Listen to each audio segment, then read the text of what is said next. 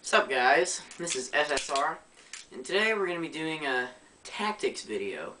Yeah, because airsoft isn't all about the guns, it's about the skills behind the guns. You have no skill. I have all the skill, actually. This little loser here doesn't know what he's talking about. Oh, I don't. Oh. What skills do you have? Beastliness, awesomeness, speed, strength, agility. Oh, let me guess. Ninjificness? Yeah, I got lots of that. I'm a ninja. Oh, Okay, yeah, anyway, you're an ninja. Anyway, back to the main topic. One of the first and foremost for us is communication. Because, you know, we're in the middle of a firefight, me especially. I'm in the middle of a firefight. Sure. And I'm sitting there, and, you know, I'm duking it out with some guy. I'm just like, you know, I don't want to yell, Todd, get your fat butt over here and give me some cover fire. You know, no, that doesn't work because then he knows what I'm doing. And he'll just go around and take Todd out, you know. Or he'll just fall back. So we need a quick and easy and most of all quiet way to communicate with somebody. So since we both own cellular telephones, we went to Radio Shack or Best Buy and bought this. It's a little $30 earpiece. You know, it's not the best, but it serves its purpose. You just hook it up to your phone, put it in your ear, slip your phone in your pocket, you got 2 free hands, and wireless communication. So yeah, it's just like a headset, except it doesn't cost like 90+ bucks. So, it's pretty good. One of the second most important things is probably flanking. And we do a lot of that. In fact, all of our plans involve flanking. I'm the one that flanks with, like... See, he gives me the slowest people to flank with, too. He gives me, like, the worst people to flank with. It's like, Todd, go flank. I'll give you the crappiest. Look at the leader. Yeah. Look at the leader of my butt. Just shut up and go. I'll settle this later. Anyway, so, flanking. For those of you who don't know what flanking is... Like Nick. Yeah, that's why I'm explaining. Shut up. Yeah.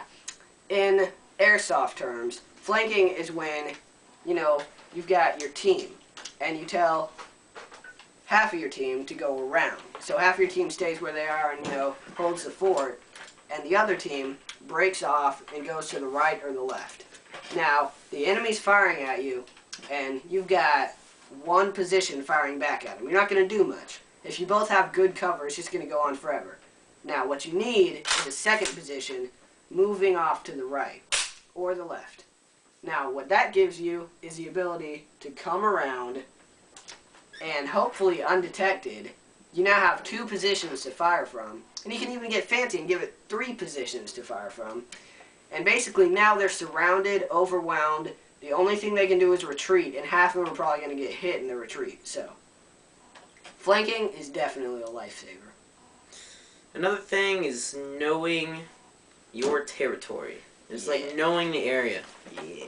You need to know the area before you go, only because just to know where the best position is and, I guess, best spots.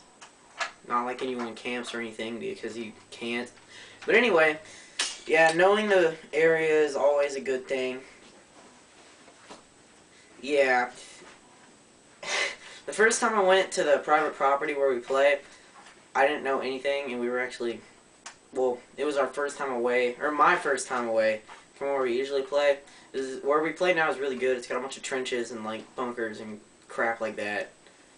And walls. Yeah, you know, it's an area. But the first time I went, I couldn't do anything, and I instantly got beasted. Because I didn't know what to do. I couldn't do anything because I didn't know what to do, like I just said. Yeah. So, yeah. Knowing your territory is, like, awesome. Because if you know your territory, you can plan on what the enemy is going to do, and then you can adapt your plans based on the options that the enemy has. Oh, aren't you just Mr. Smarty Pants? Yeah. Yeah. It also helps to make a map of the terrain, because if you make a map, then it's easier to visualize your plans, which is another good thing, planning beforehand. Now, get back into my little seat here. What planning beforehand does is it gives you, like, these bases to go off of. it's like when you're building something, you know? You can't really build anything without a base or instructions, you know? If you don't have instructions or a base to build off of, you're not going to do anything.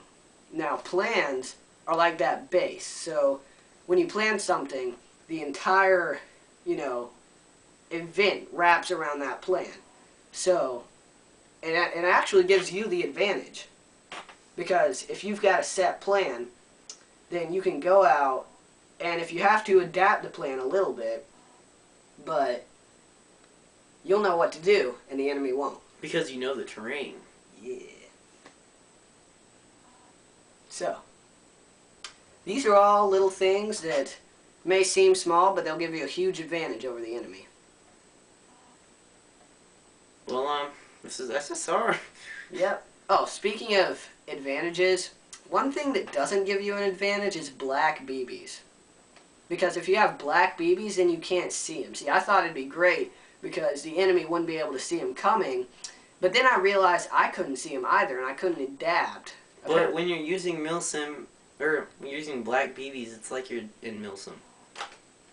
Military simulation. Yeah, I know what military... Anyway, hope you liked the review. You're smart. Hope you liked the tactics. Yeah, it's not a review, Nick. Yeah, shut up. See you next time. Boom. Dude, no.